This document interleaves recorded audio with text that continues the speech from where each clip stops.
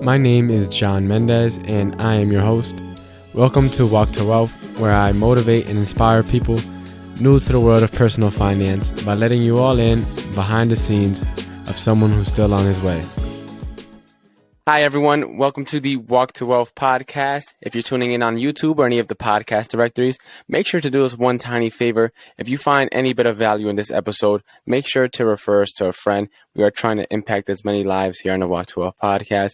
And if you find value, then there's definitely someone that you know nearby that will probably find value as well. So that's just all we ask, that you refer us to a friend.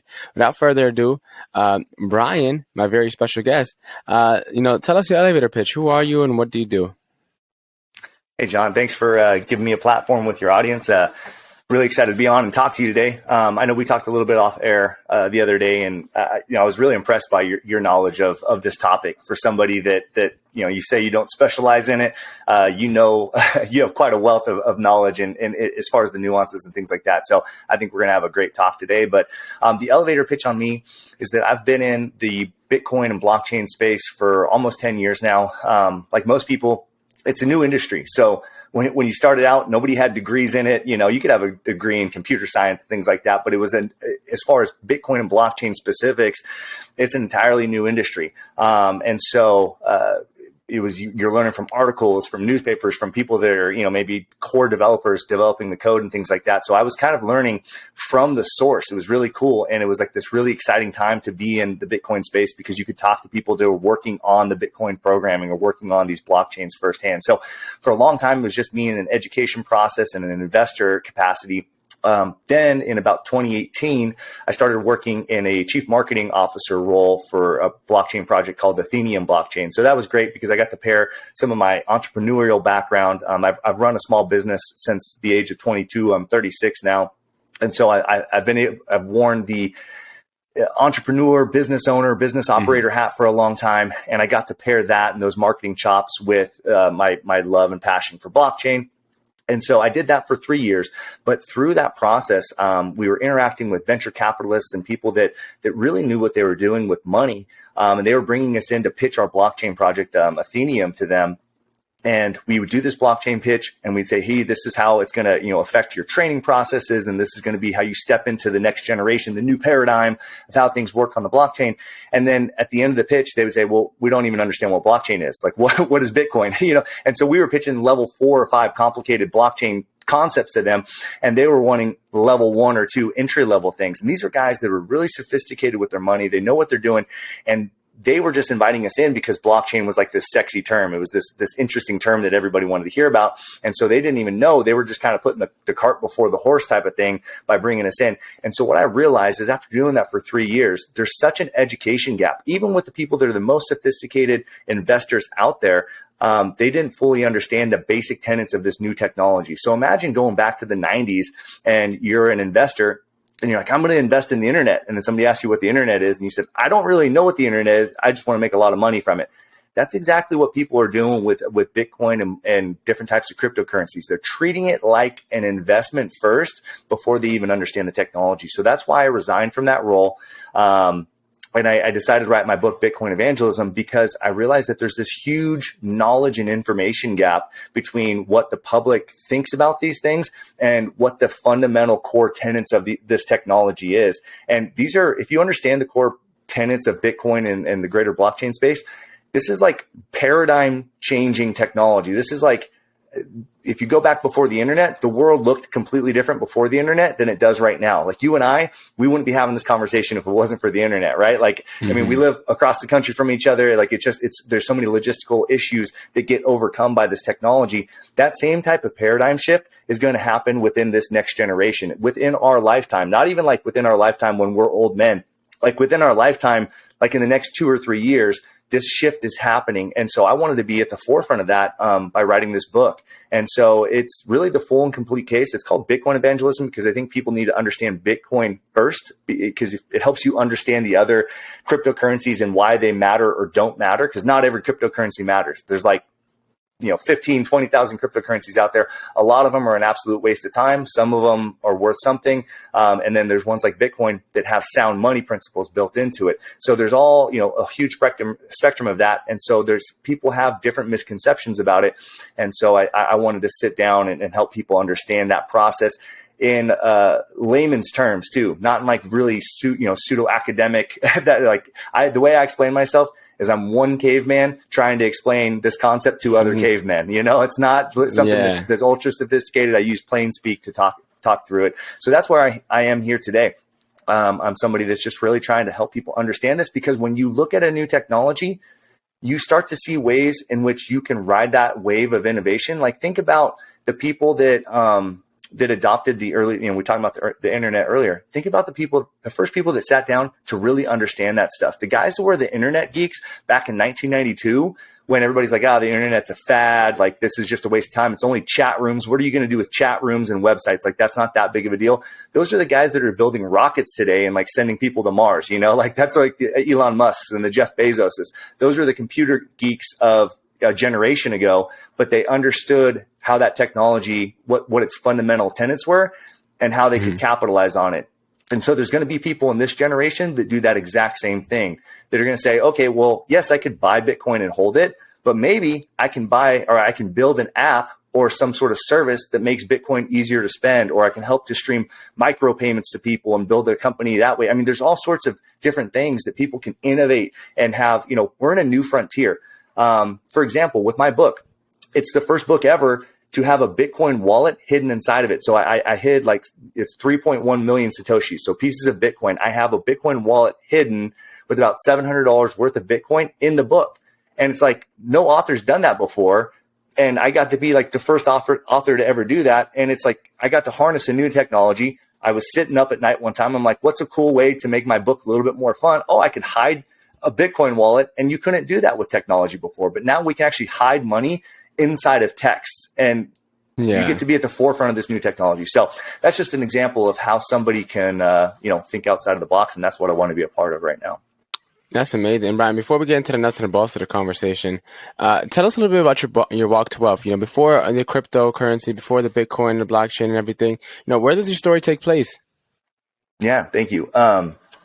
So when I was 22, it was right around when like the 2008 financial crisis was happening. So my wife and I, we had worked full time through college. We'd saved up some money. We were engaged at the time in college, but we knew like we were going to get married after college, and we wanted to, go out. She wanted to be a teacher and I wanted to be an FBI agent. And we were like working on our master's program and all this kind of stuff. And we'd saved up a good amount of money. But when the financial crisis happened, they weren't going to lend somebody like me. I was like 22 at the time. I didn't have any credit. We had some cash to put a down payment down, but like when we went into the bank, they basically laughed us out of the bank. They're like, we're not lending to 22-year-olds for houses right now, right? Like you have no credit, and there's like a housing disaster going on. Like, you don't want any of this. And that was actually the best blessing ever. I remember being crushed, thinking like we'd been working for the last 4 years towards this thing. And we got a door slammed in our face. And I remember that being crushing. Like, hey, we want to start our life together. We want to buy a house. But in hindsight, that would have been the worst thing ever that could happen to us, because even though the house prices were crashing, there was still a long way to go. And we would have been tied up in a house, as opposed to what we ended up doing was we took that money and we decided to start a business. And so my wife had this great idea to start a tanning salon. It's like the furthest thing from what I ever thought I would be involved in. I mean, I'm going to school to be an FBI agent. I want to be a criminal profiler. I want to chase down bad guys. And my wife's like, hey, let's use our money and let's start a tanning salon. And I'm like, okay, well, you run the business and you run like the front end and I'll run the back end of the business. And so we were able to grow that business into a chain of stores. And we've over time rebranded it, because I mean, we're not particular fans of just like tanning, but we've always, been involved in athletics, and we had a lot of our customers that were in wellness and holistic health and things like that. So over time, we actually morphed the business into more of a wellness and like light therapeutic business. So yes, we have some tanning, but it's more, they're newer pieces of technology that emphasize the vitamin D and kind of the health benefits of sunshine rather than the tanning. And we also do things like infrared saunas and red light therapy and all sorts of, basically, if there's any form of light that gives you a therapeutic benefit for like athletic recovery or anything like that, that's what we do. And so that's helped grow the business. And so that was an interesting thing. We started the business in one direction, but realized that the market could be shifting in a different direction. So even in our own business, we were looking for paradigm shifts. And that was the best move we could have ever made, because the tanning industry is a very stale industry, but wellness and health and those types of things are like at the forefront of everybody's minds. And so that's been a very, very successful business. And that chain, of stores keeps continuing to grow. And it's enabled me to run the business. And we're not up front doing the day to day, and it's gotten that kind of level of success so that I can do other ventures. I can, focus on investing. I can focus on educating. I can sit here with you. And we can talk about these things. It's freed up my time and able to do that. So I do still, have some hours allotted throughout the week to my business, but I've been able to scale it to where it's very much a work smarter, not harder mindset. I mean, it started out, we were working 7 days a week, open to close every single day. We'd work 8 a.m. to 9 p.m. and then do the same thing the next day, 7 days a week. So we had to grind. There's a period in your business where you have to grind. But if you're smart and if you're strategic, your goal should be to scale it over time and focus more on growing the business rather than working the business. And so after 14 years, over time, we've been able to slowly work more into that role. And here we are. Now I get to focus on other, passions in addition to entrepreneurship. I still love the entrepreneurial side of business, but it's freed me up to focus on other things as well.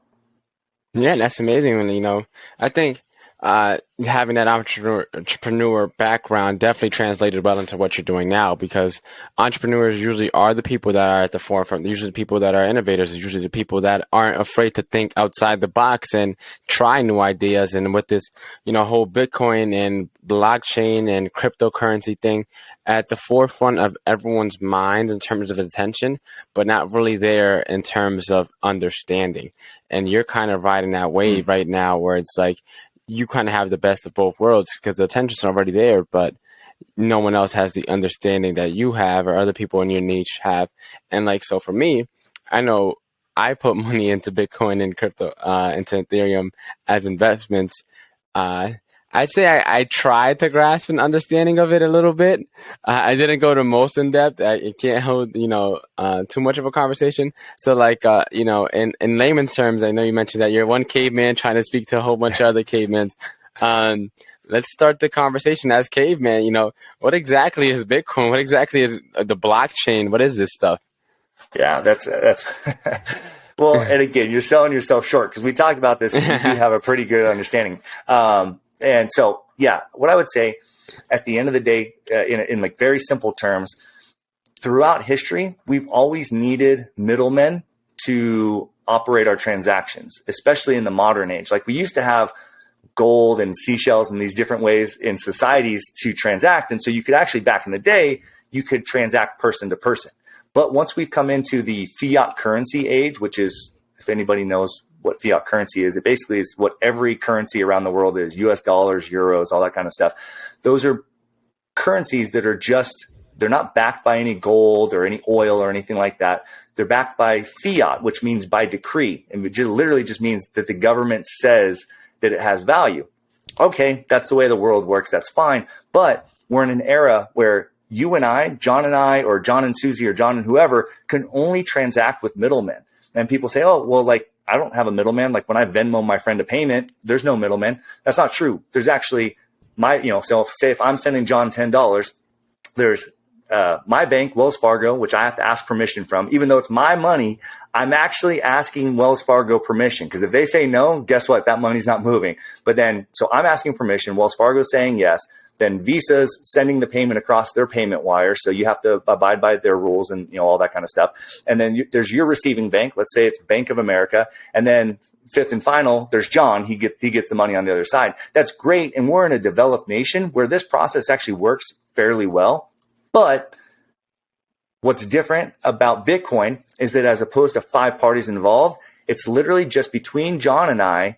The only thing between us is a computer algorithm. And there's no bias, there's no favor, there's no rules to that computer algorithm, other than when person A sends $10 to person B, that algorithm just processes that transaction. So it's literally like me handing you cash through the internet. There's no middleman. There's nobody to block the transaction or censor the transaction. So that's one of the really important fundamental tenets of blockchain. It allows people to interact person to person for the first time ever in the digital era, which is something that just hasn't existed until Bitcoin and the advent of blockchain. That pretty much what Bitcoin is essentially doing is it removes the middleman from the transaction, so that instead of me to Chase to Visa to Wells Fargo to you, it's me to the the blockchain to you, and essentially ridding us of any intervenence from third-party sources, as long as you're willing to receive the money. Correct? Yeah, exactly. And you know, this is one of those things where not everybody sees the power in that right away, right? Because again, we live in this like developed nation where this process is fairly it's fairly smooth, and we don't get our transactions blocked a whole lot. But one of the things that happened in early January of 2022, I don't know if your viewers are familiar with it, but the Canadian trucker rally that happened in Canada, I don't know. Yeah. For anybody, in the audience that isn't familiar with that, essentially there was a protest going on in Canada where the truckers were, kind of exercising their free speech, saying that they didn't like some of the government mandates that were going on at the time. And so, the government of Canada said that was an unlawful protest and they didn't like it. And so they wanted the people to move. But the truckers stayed. They parked their trucks downtown and they were doing rallies and all sorts of stuff. And then there was people in the United States and all over the world that were sending in donations to keep the trucker rally going, because these truckers were running out of fuel. They were running out of food because they were stopping working. Like they were losing money by doing this protest. And so they were asking for donations. And so people, this website called GoFundMe, a lot of people are familiar with GoFundMe. They raised like $10 million in donations. Well, GoFundMe said, that's great, but we don't agree with this protest. We think this is an unlawful protest. We don't agree with the sentiment. We think the mandates are good. And so we're going to give all the money back to the people that donated. So they raised $10 million of donations, but this third party blocked the transaction. Next, another company, so another third party stepped up and said, it was called Give, Send, Go. And what they said was, you know what? We will actually send the donations. So anybody that gives donations, we will send those to the truckers and we'll keep this protest going. They raised like $2 or $3 million of donations in a few days.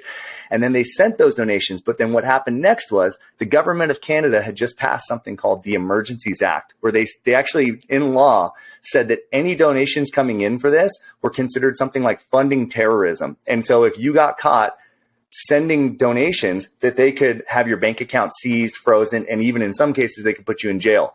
And so here's an example of a private company blocking it in GoFundMe. And then even when that failed and another company stepped up, the free market stepped up, then two, you had a government step in and said, okay, we're going to freeze your bank accounts. Now, what happened in the end was they started sending in Bitcoin payments, and the government didn't have a way to freeze Bitcoin payments.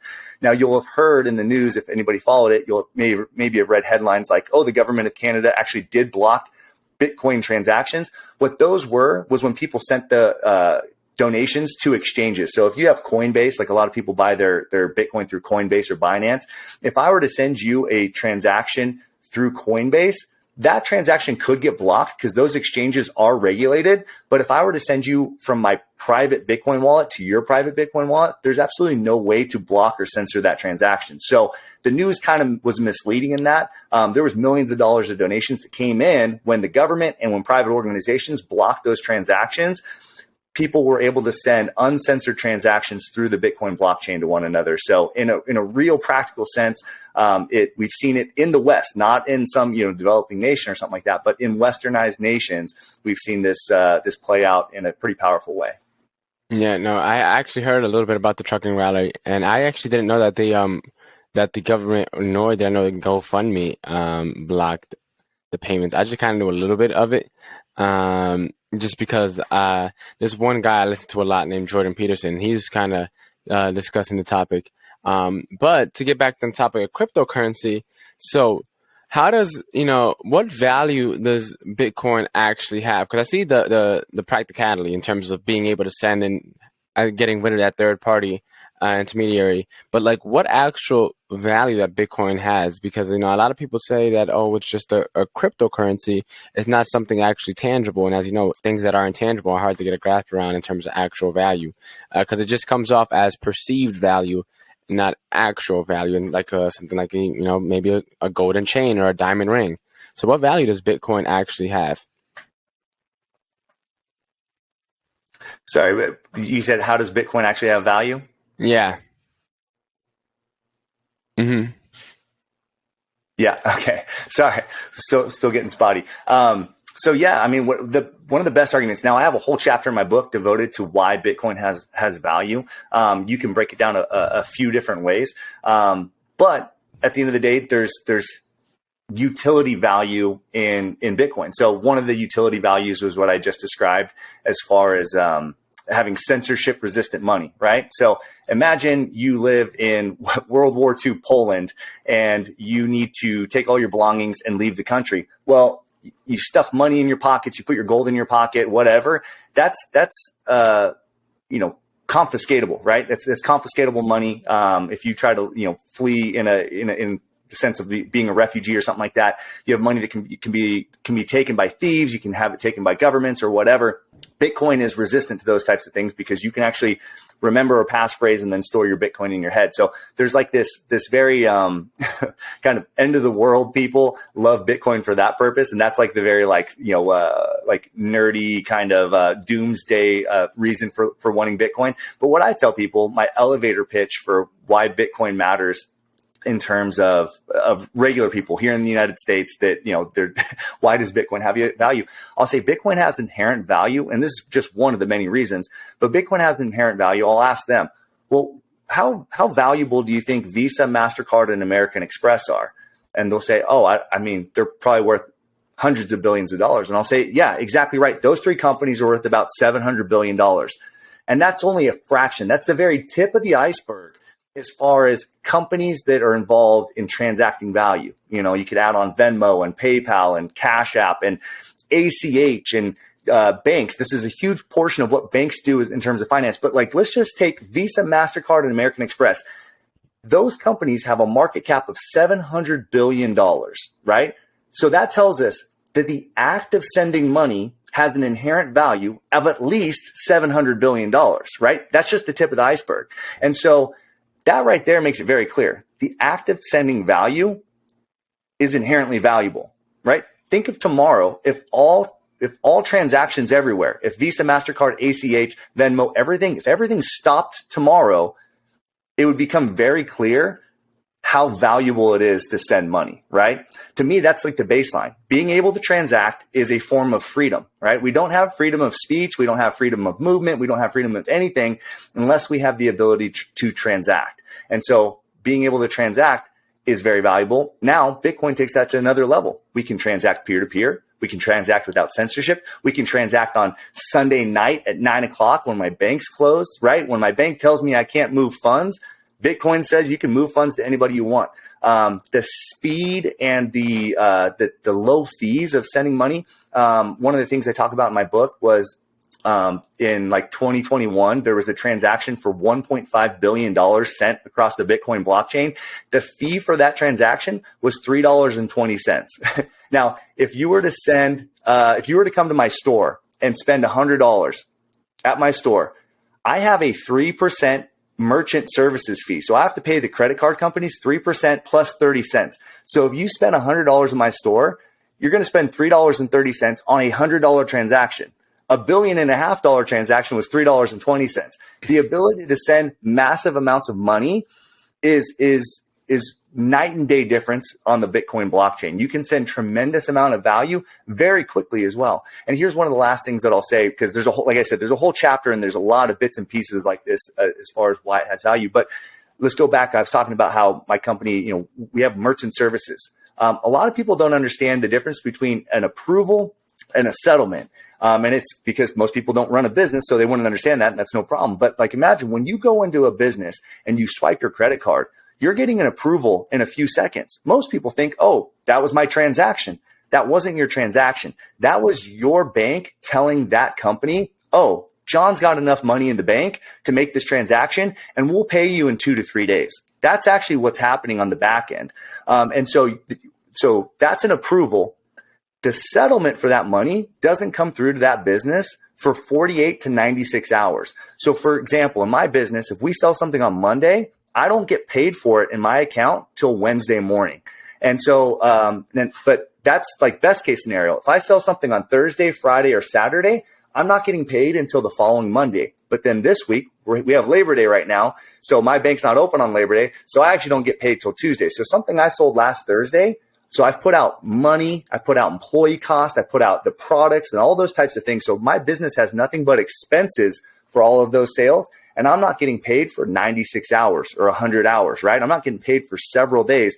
So my business has to have tens of thousands of dollars extra in our bank accounts just to float this process, right? Businesses have to have tremendous amounts of capital just to float this slow process between when we get an approval for a sale and when we actually get the settlement. With Bitcoin, you get something called real-time cash finality. So when a Bitcoin transaction goes through, it's final. It's like you've received the cash. It's like it's in your bank account immediately when that transaction goes through.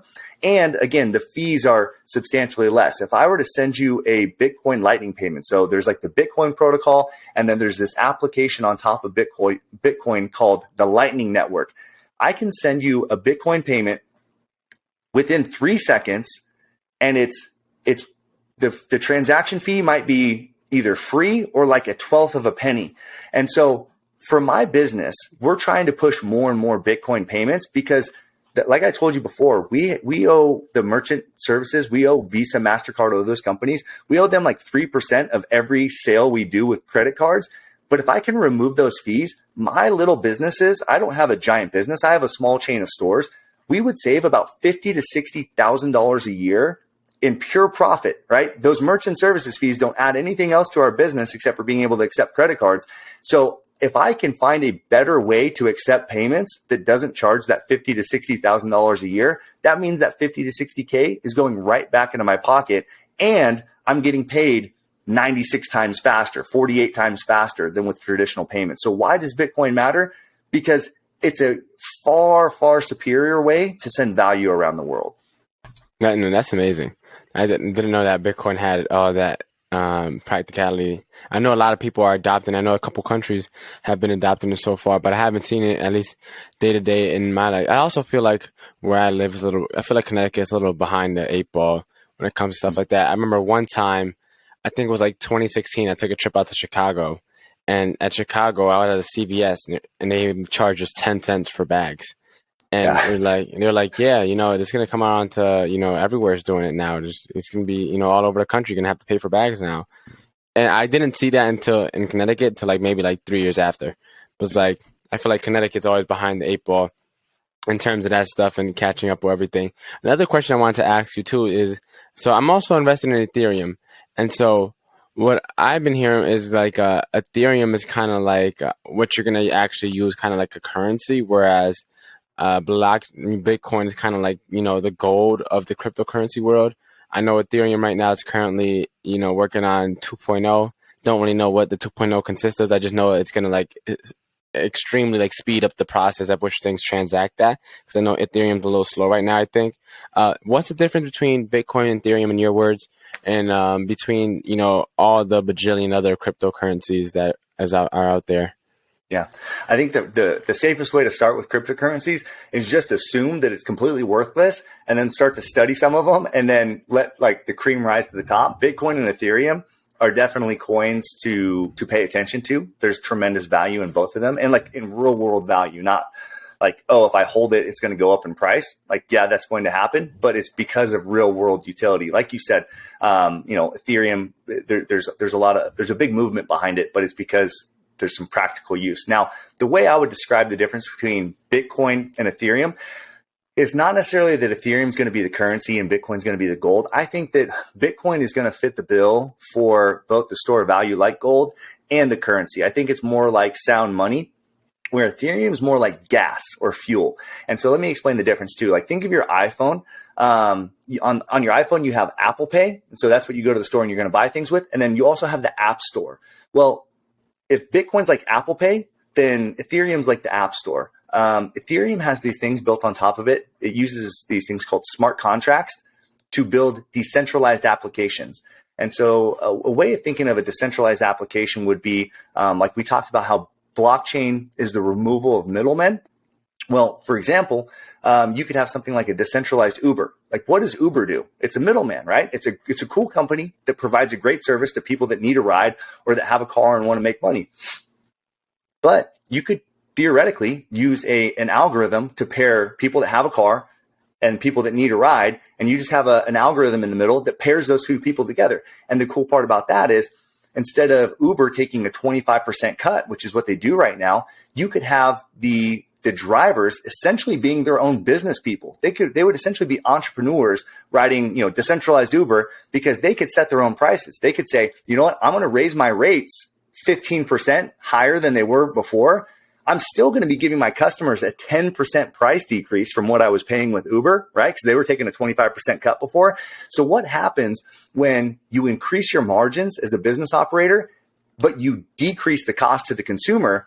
The volume goes up. So you're going to be selling more rides at a higher profit margin. That's good business for anybody that's doing decentralized Uber versus regular Uber, right? And so that type of application, decentralized Uber, will be built on top of Ethereum. It'll harness Ethereum's technology for making smart contracts, and it's going to allow different projects to be built on top of that. So in the same way, when you go to Apple Pay on your phone, there's like this one utility for it. Like Bitcoin, there's this utility of buying stuff, where the app stores, you go there and there's just like all these different apps. Like I could, have decentralized Netflix, I could have decentralized Uber, I could have decentralized Facebook. All of that will be built on Ethereum. So I really am attracted to Bitcoin's properties of money, like scarcity and those types of things. Where Ethereum, I'm really attracted to that because it's more of like a technology, like it's more of a robust thing. Like it has the ability to maybe upend and decentralize other components of our lives, right? Like a lot of people, you go back to the 2020 election or the 2016 election. In one of those elections, the Democrats were complaining about voter fraud, and the other election, Republicans were complaining about voter fraud. You could build a smart contract platform, and there's actually a project called Civic out there that's doing this right now. It's decentralized voting. So instead of some computer software company running the voting algorithm, which I think both sides agree that that's probably like, that's a lot of power for a company to have.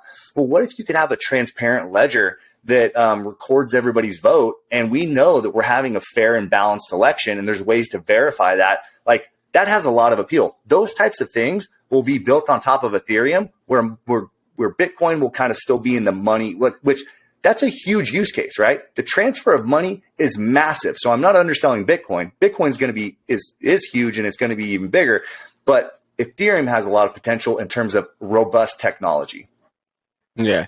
And how do those two differ? So I'm starting to get a better grasp of this. Bitcoin is like the money, the practicality, the transfer value. Ethereum's is like the technology, the app store, where you can build stuff on it to then kind of use the smart contract and decentralize everything.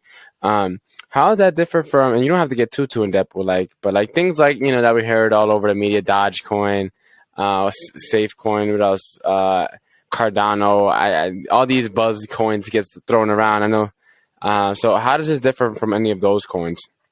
Yeah, and I have a whole chapter in my book devoted to the different asset classes within cryptocurrencies. And so it's important to understand which cryptocurrencies fall into which type of asset classes. So like I said, Bitcoin is like a money, Ethereum is a smart contract platform. And so you mentioned Cardano. Cardano is another smart contract platform. I actually think Cardano has really good and interesting technology. Ethereum and Cardano they're more rivals than Ethereum and Bitcoin, for example, because Ethereum and Cardano are trying to do the same thing. They're trying to build smart contracts. So Cardano is trying to be the app store, where kind of currently Ethereum is the app store. So there's a whole bunch of smart contract platforms like Ethereum, like Cardano. So Solana is another popular smart contract platform. And in my book, I list some of those, and you can even go onto some websites like coinmarketcap.com, and you could say, okay, you click a filter, and you can kind of filter out, okay, what are the smart contract platforms? What are decentralized money platforms? What are Oracle platforms?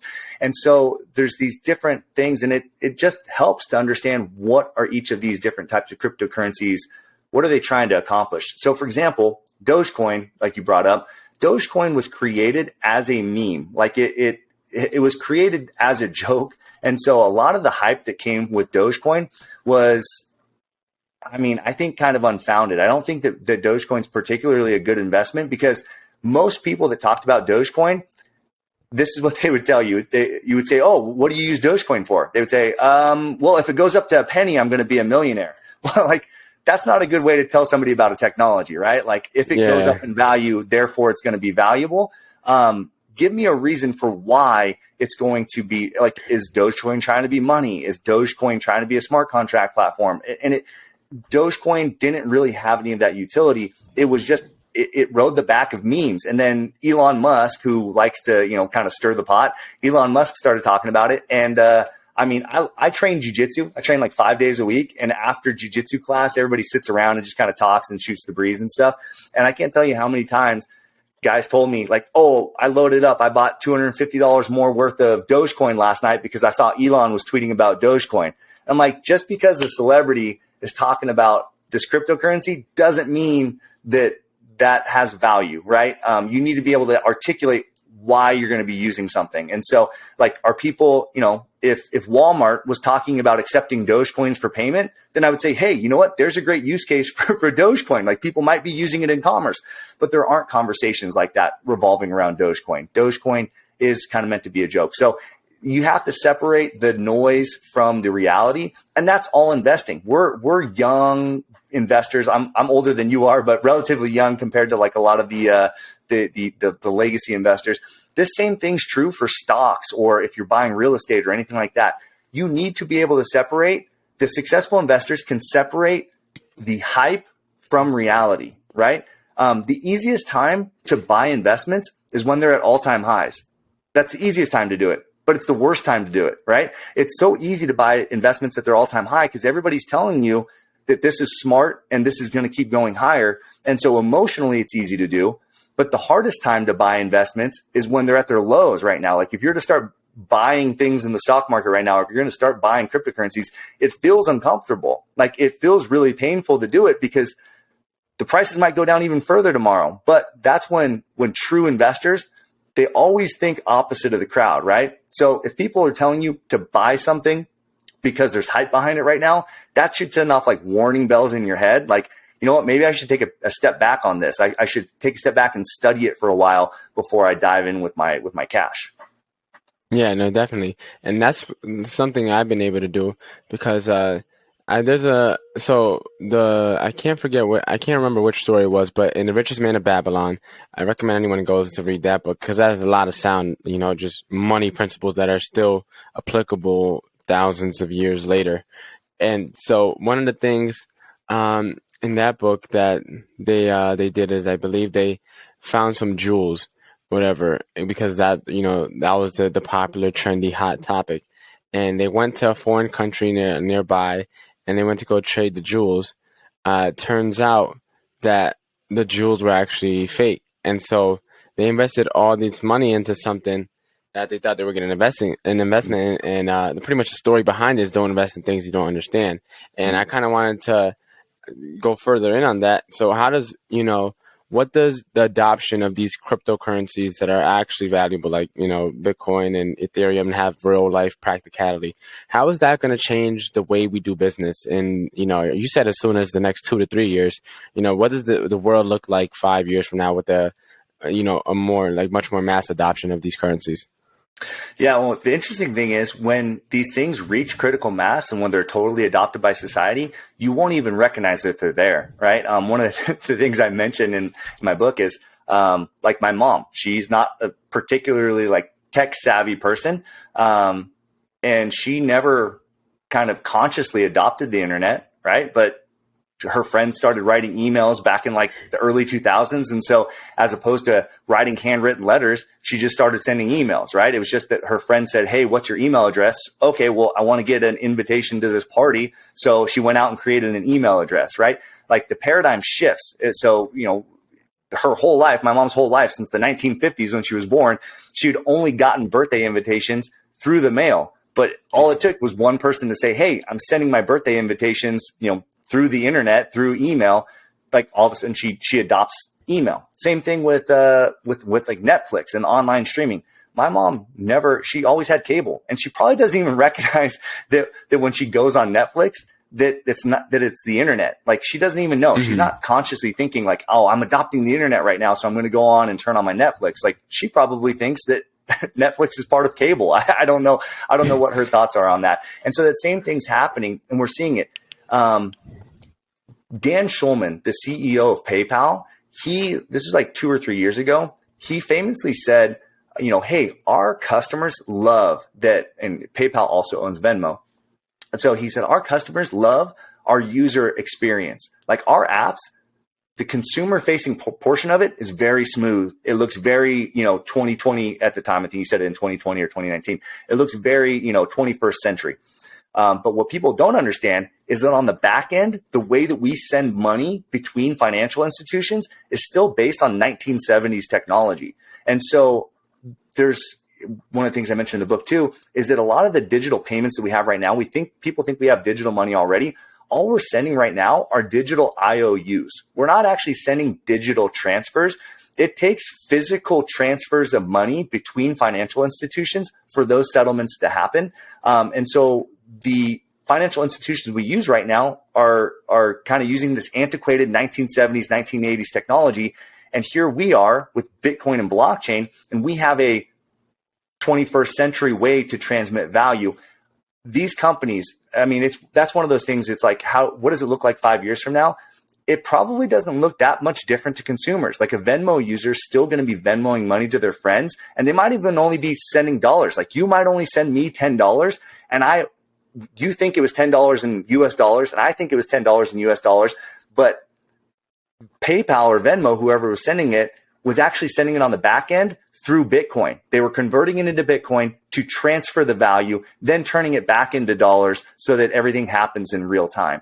And so it's more of like a technology upgrade, and it's something that's probably going to happen more in the background. And so people are going to say, oh, why is Bitcoin going up in price?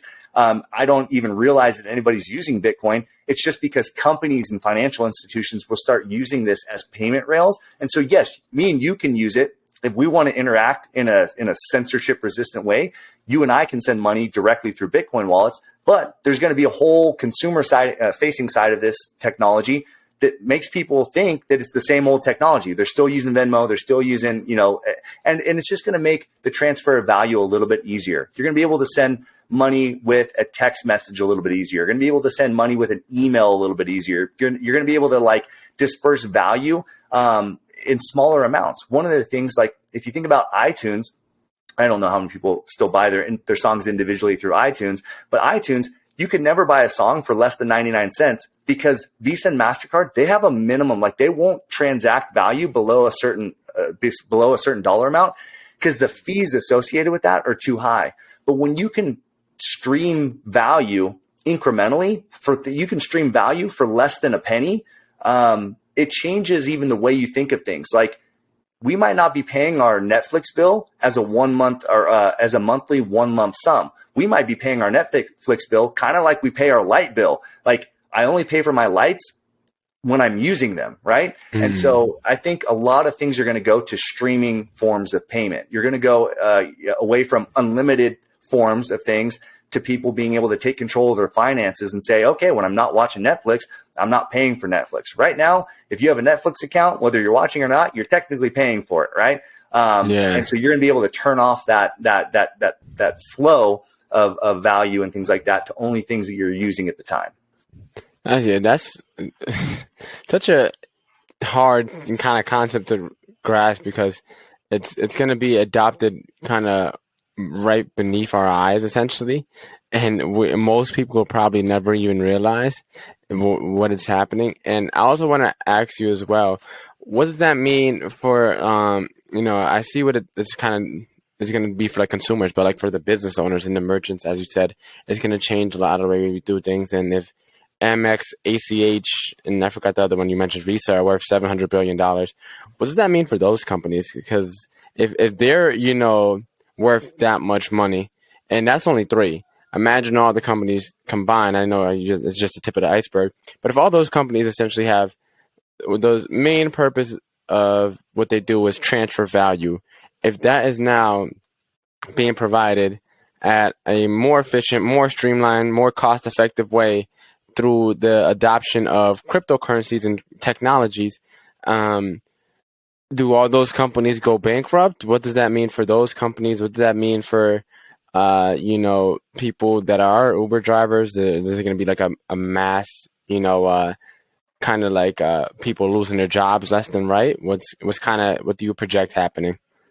Yeah, so I think as valuable as the transfer of value industry is right now, we're not even fully unlocking the true value of that. So there will be companies that will harness the technology and they will find a way to be involved in it. And there's companies that are going to fight it till their grave and they're going to make themselves obsolete. One of the examples I use in the book too is the difference between analog maps, and it's kind of a nerdy analogy here, but analog maps, so like old paper maps, and GPS, and everybody has GPS on their phone right now. Think about the difference. Think about the technological advancement that GPS integrated into all of our devices has. It's completely changed the world, and most people have never even thought about this. Back in the day, like I lived in a time when I was a little kid, I remember my parents having paper maps in the trunk, right? Like if we were going to go on a long trip, they might open the map and plot out their course and that kind of thing. You might, if you lived in the 1990s, you might use a paper map like 2 or 3 times a year, right? You bought one, you have one. The paper map industry at its peak was worth, it did about $40 million a year in sales. Like paper maps, it was a big business at the time, right? Oh, it's a multi-million dollar business. But look at the impact of digital maps. It's actually integrated into every area of commerce. Amazon does not exist without digital logistics. Like UPS, every delivery route is programmed through digital maps. The digital map industry is worth trillions and trillions of dollars now because it helps every industry function. Uber doesn't exist without digital maps. I mean, think about when you get an Uber, it shows you on the map like where your driver's at and it shows them where you're at. Like those types of companies can't even exist without digital maps. And so it's not that back in the day when people were buying $40 million worth of maps every year, it's not that the desire to find directions had a limit of $40 million. No, it's that we didn't have the technology to unlock the full desire of humanity for navigation, right? But now that we have a more efficient form of technology, we're able to unlock like, wow, people want trillions of dollars of directions. And so our economy has changed and it's created new businesses and things like that. So that's what I think unlocking digital money, going from analog money to digital money is inherently valuable. And so it's going to open up entirely new businesses. It's going to make some old businesses irrelevant. It's going to make new businesses flourish and exist. And so even in that, you could say like in that analogy, like will Visa and MasterCard still exist? Well, there's going to be ones that are like paper maps. Paper maps still exist, right? Like on a very small scale, like they don't do as many sales and not as many people need them, but some people still buy paper maps. Maybe it's because like it's a gift for a kid. My son loves reading a map. Like he thinks it's the coolest thing ever. So like I'll buy him one as a gift. Like if we go to a new state, I'll buy it as a present or whatever. That's cool. There's a market for it, but it's much less relevant now that the new technology, digital maps exist, and it's in every one of our cars and every one of our phones and every one of our Amazon delivery trucks and stuff like that. Yeah. Okay. So I'm still trying to piece all this together. So now I kind of get an idea.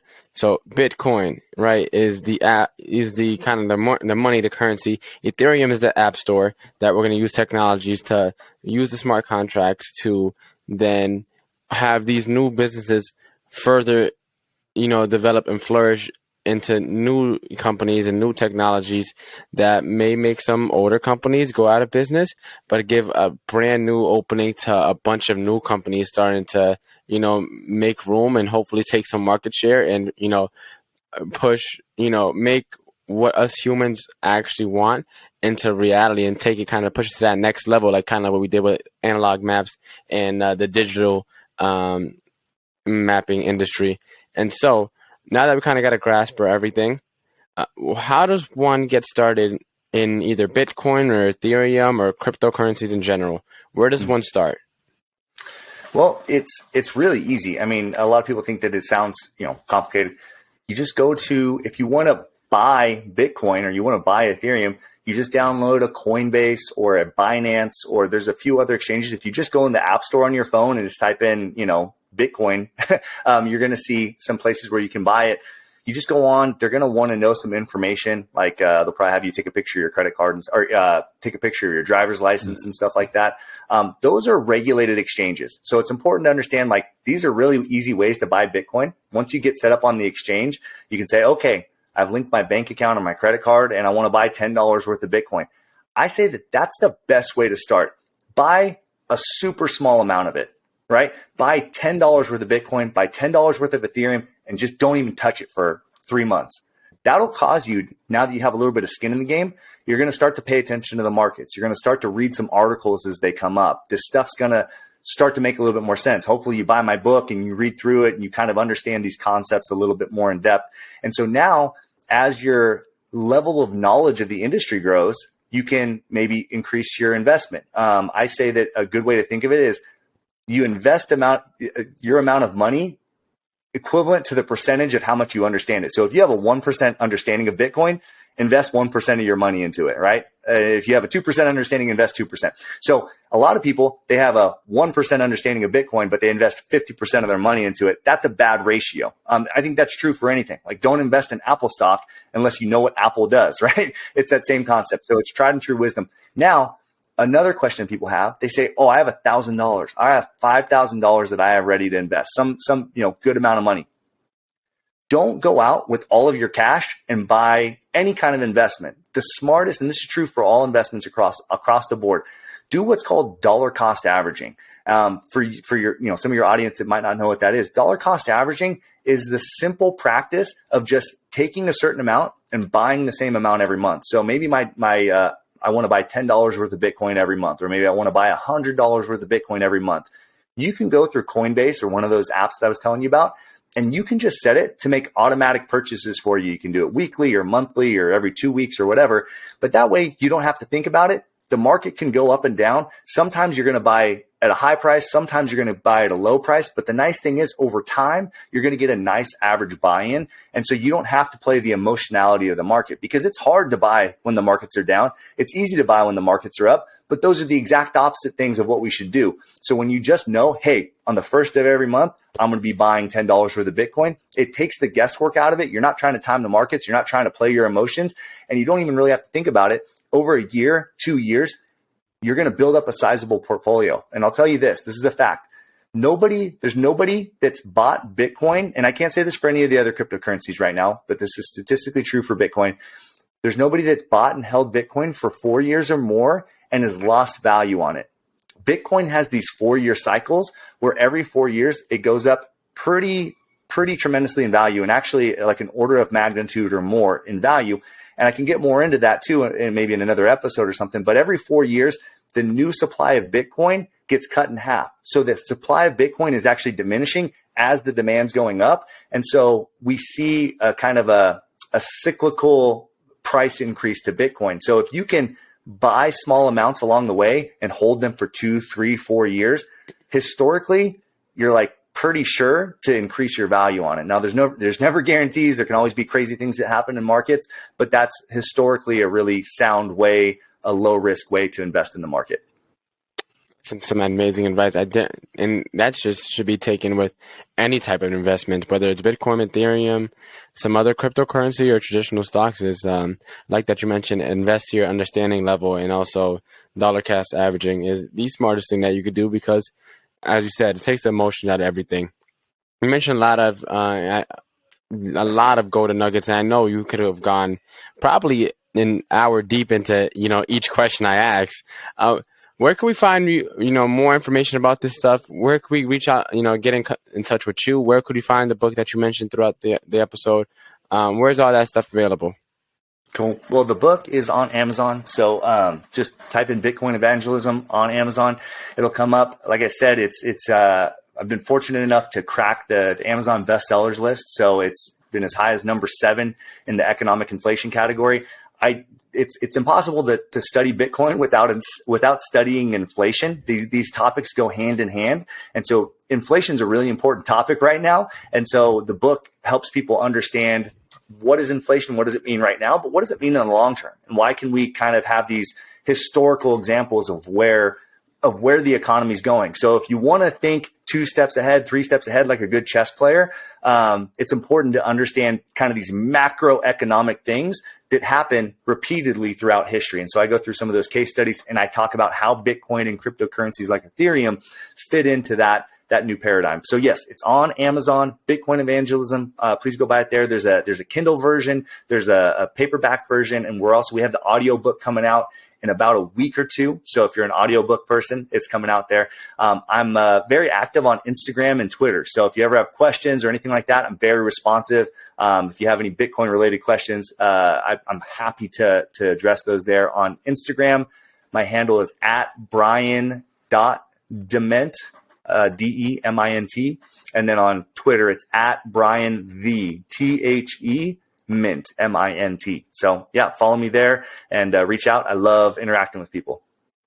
Alrighty. And as you may not know, but all our listeners know, we have our final 4 question round. So without further ado, question number 1 is, what is the most impactful lesson that you learned in life? Oof. I think that humility is really important. And I think in business, since we're talking about a business show, I think that being able to be humble in a business deal and even like be willing to be transparent and tip your cards to other people. I think that's the number one thing I would know about a business deal, is when I tell somebody I'm doing a negotiation with, here's what I want.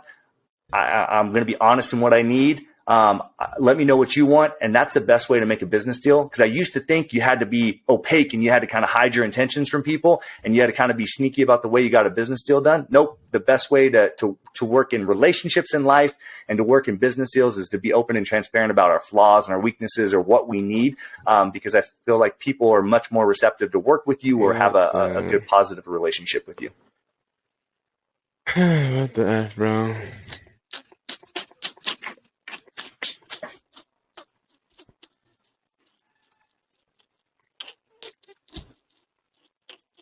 Oh, hello. I'm back. There we go. No worries. I'll ask the question again as if I never asked it, and I'll Okay. clip it out. Okay. So question number 1 is, what is the most impactful lesson that you learned in life? I'd say the most impactful lesson I've had for business and personal relationships is just being willing to be transparent, being transparent about our flaws and everything we need. So obviously, in my relationship with my wife, being transparent is important, but in a business negotiation, in a business meeting, it's important too. I've had really successful business negotiations because I've been willing to be transparent, almost tip my cards to the person I'm dealing with. I think the best way to enter a business negotiation is to say things like, here's what I'm looking for. Like, I'm going to be honest. This is what I need. What do you need? And let's figure this out. As opposed to just trying to butt heads or to be secretive. I used to think you needed to hide your cards and be really really opaque and kind of sneak out a business deal. And that's just not the way to do business. It's not the way to do relationships. So I feel like that's been a huge proponent to my success. No, I love that advice. I feel like anyone that says, oh, you got to always keep an ace up your sleeve, I feel like it's very scarcity-minded thinking. I feel like, when you're coming from a mind of abundance, it's like what's meant to be yours will be yours, and it'll always work out if it's something that's meant to work out. So I love that you say that, be transparent and tip your cards. Second question, what is the most admirable trait that a person can have?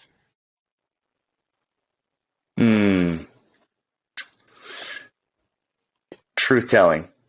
Yeah, I think if somebody can tell the truth, man, you can go far with them, right? I think it kind of lends to the first one, but yeah, I think that truth telling is a very powerful trait. If you wanted to change someone's life with one book, what would you recommend? Sorry, say that one more time. If you wanted to change someone's life with one book, what would you recommend? Ooh, the Bible. Amazing answer. That is an amazing answer. And what is the legacy that you're trying to leave behind in a sentence or two? I want my kids to know that I love their mother, and I want the world to know that I love God. Amazing legacy to leave behind. And so, Brian, it was a pleasure having you on the show. Although we had some technical difficulties throughout the way, we still managed to push through and, get this message across. I'll make sure to do the editing so this comes out a lot more smoothly. And, it was a pleasure having you on. I definitely got a good understanding, or a better understanding as to what the future holds with these cryptocurrencies, what the actual practical value that some of these cryptocurrencies have to offer. And I'm excited to see where everything ends up playing out, because if, the power gets put back into the right hands and not just, have GoFundMe or the government of Canada block someone off, it's definitely going to stir up some pots and rile some people up. But it's interesting times that we're heading into, for lack of a better way to put it. So I'm really looking forward to see how everything plays out. And thanks again for hopping on the show. I really do appreciate it. Thank you, man. I appreciate your audience and your platform, brother. Thank you guys for tuning in to today's episode. Again, I am your host, John Mendez. You can find me at JohnMendez_realtor and at Walk to Wealth on Instagram. Please make sure to subscribe and leave a review if you're loving the podcast so far. New episodes are released every Sunday. Look forward to seeing you guys on the next episode. Take care.